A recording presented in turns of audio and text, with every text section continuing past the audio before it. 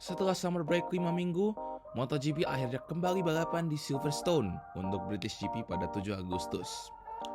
Kalau rating gue buat balapannya sendiri ya, gue bakal kasih 8 dari 10 ya.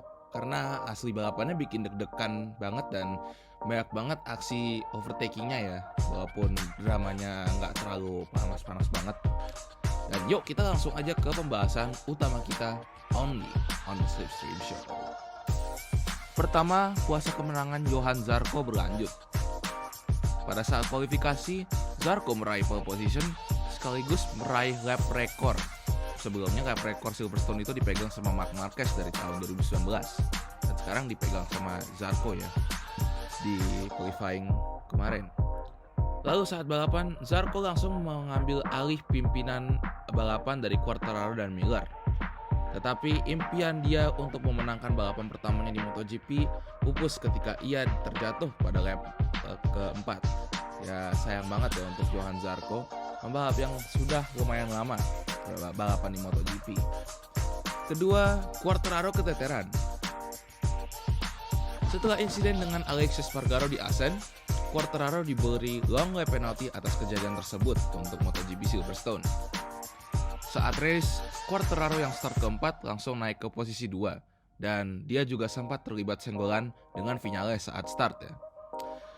Ia diberi jatah 3 lap untuk menjalani long lap penalty dari lap kedua sampai keempat. Quartararo juga sempat mencoba untuk menyalip Zarco sebelum melakukan long lap penalty, tetapi Zarco sudah sedikit jauh di depan sehingga Quartararo harus mengambil long lap penalty saat dia berada di posisi kedua.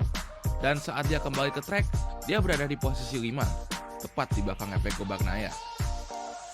Beberapa lap kemudian di pertengahan balapan, Fabio ini mulai disalip oleh pembalap lain seperti Viñales, Bastianini, dan bahkan Miguel Oliveira. Dan ia pun harus puas finish ke-8. Ternyata yang membuat Quartararo kesusahan di race ini adalah pilihan ban belakangnya yaitu ban medium. Tapi walaupun begitu, ia masih memimpin Aleix Espargaro dengan gap 22 poin di klasemen sementara MotoGP 22. Ketiga, Aleix Espargaro P9 walaupun high side. High side yang dialami Aleix Espargaro saat praktis keempat membuat banyak fans bertanya apakah ia cukup kuat dan fit untuk mengikuti kualifikasi dan race. Nyatanya, Aleix menjadi rider pertama yang memecahkan lap rekor baru di Silverstone dan ia meraih posisi ke-6 saat kualifikasi. Pada saat race, ia langsung turun ke posisi 7 di lap pertama dan ia sempat disalip Bastianini, Oliveira, dan Joan Mir. Setelah itu, Aleix pun memilih untuk bermain aman. Dan pada lap terakhir, Aleix Espargaro mencoba untuk menyalip Fabio Quartararo, tetapi ia malah mengebar dan ia harus puas finish ke-9 ya. Setelah race, Aleix Espargaro ternyata mempunyai patah tumit kaki kanan ya.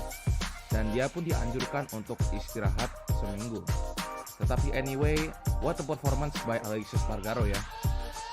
Keempat, Alex Rins yang memudar saat balapan. Alex Rins mempunyai rekor yang bagus di sirkuit ini. Ia memenangkan GP Inggris 2019 setelah menyalip Marquez di tikungan terakhir dan tahun kemarin ia meraih podium satu-satunya di musim 2021. Kalau tahun ini, Rins mengalami hal yang berbeda ya. Pada 3 lap awal, ia menyalip Viñales dan Bagnaia untuk posisi keempat, lalu ia naik ke posisi kedua setelah Zarco crash dan Quartararo melakukan long lap penalty.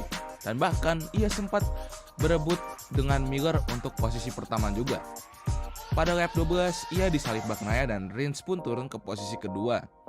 Setelah itu, Rins pun mulai terseok-seok di midfield saat dia disalip Miller, Viñales, Martin, Bastianini, dan Oliveira. Penyebab Rins turun 6 posisi ternyata adalah karena grip dari bannya yang sudah hampir habis ya.